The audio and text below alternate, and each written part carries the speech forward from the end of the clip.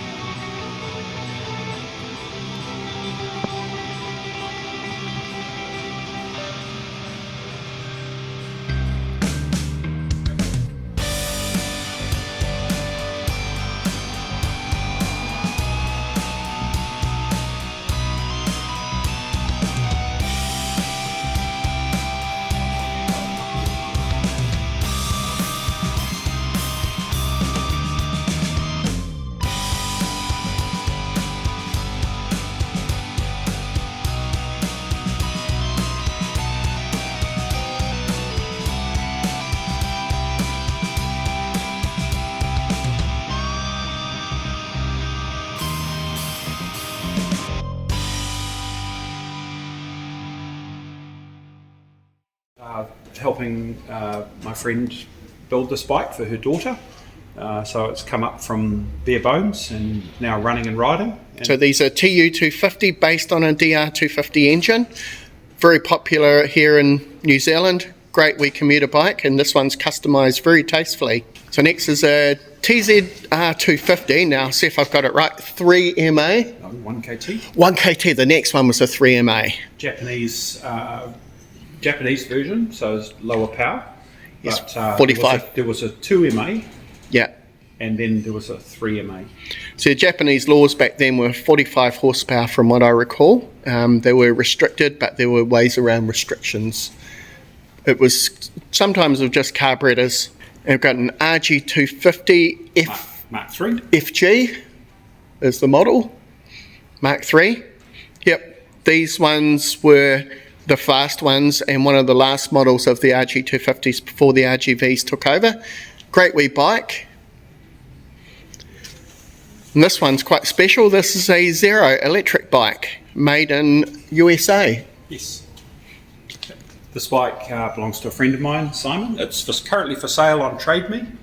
If anybody wants to buy a Zero, very cool and capable commuter bike. Not extended range model though. And of course, RG500 speaks for itself. Highly collectible, highly expensive, and absolute. About to have a full engine rebuild. Wow. Yeah. These are great bikes. I've ridden them many times in my youth. Just amazing. K1200. K1200. Good BMW. Shot. Great A recent acquisition. So it's displayed as purchased. No work done on it yet, but it requires cosmetic and has an ABS fault which we need to sort out. CX500? 400? GL400. This is a later model one with the transistorized ignition rather than the old unreliable CDI ignition. So. And of course CX500 turbo. Now the story with the turbo here being backwards is that you saw it in the rear vision mirror in your car. Correct. Quite a 80s thing to do. 1985, there is a CX650 turbo as well, which is very rare in New Zealand. This particular bike is a 9,800 kilometre bike, so very low, not much use. And of course a CX650, which are even rarer. So this is the Euro 650. So the Turbo 650 was built on this bike. Similar frame, suspension, but obviously a hairdryer on the motor. But this one is tastefully redecorated, if you don't mind me saying that. And a VF750F, 83 to 80, 83, 84, I think they went to before the VFRs. This is the model that had the infamous chocolate cams. Yes. This is a Survivor one. This bike was built out of two bikes. It runs and rides beautifully. It's a nice bike. The story with these is that the holes in the heads were not drilled correctly, and therefore the oil feed was the problem. The later model ones, we had a retrofit oil feed line that solved that problem, but there were still fundamental issues with the case hardening on the camshafts. But Honda, in their normal way, studiously worked through that. And of course the VF1000R. Now the difference with these and the VF750 was gear cam drive. The biggest difference in the engine.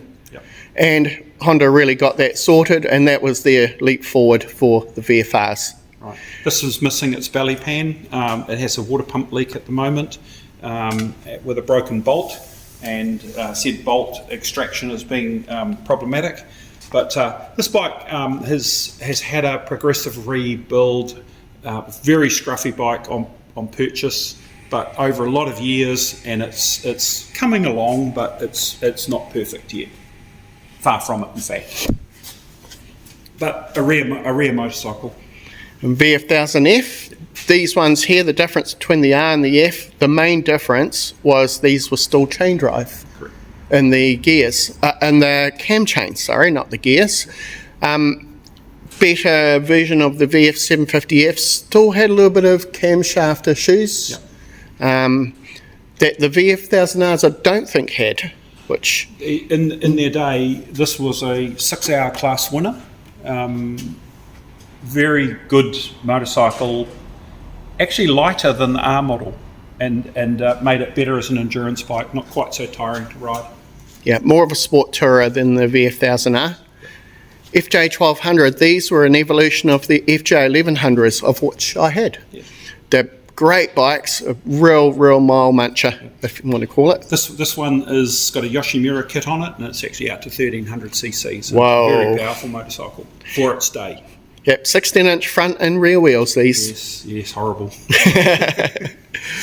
So we've got a Husky, is this a 570? 570? It's an SM570R. This is the bike that you buy if you want to lose your license on, because it just brings the hoon out in everyone. And this is the proper Husky before they became a rebadged KTM. Yes, and funnily enough, the frame on this has actually been built by MV Augusta. Wow. Yeah, so a bit of a hybrid bike. And we've got a Boulevard. No, it's not a Boulevard. Honda VTX 1800. See, that's the thing. All of these look really similar, Yes. but they're twin shop. Harley style. Yeah, I'm not getting it too good today. VTX 1800. They're sort of like an M109 type competitor, but the 109 just leaves them for dead. Yeah, really. the 109 is definitely the muscle bike in the class.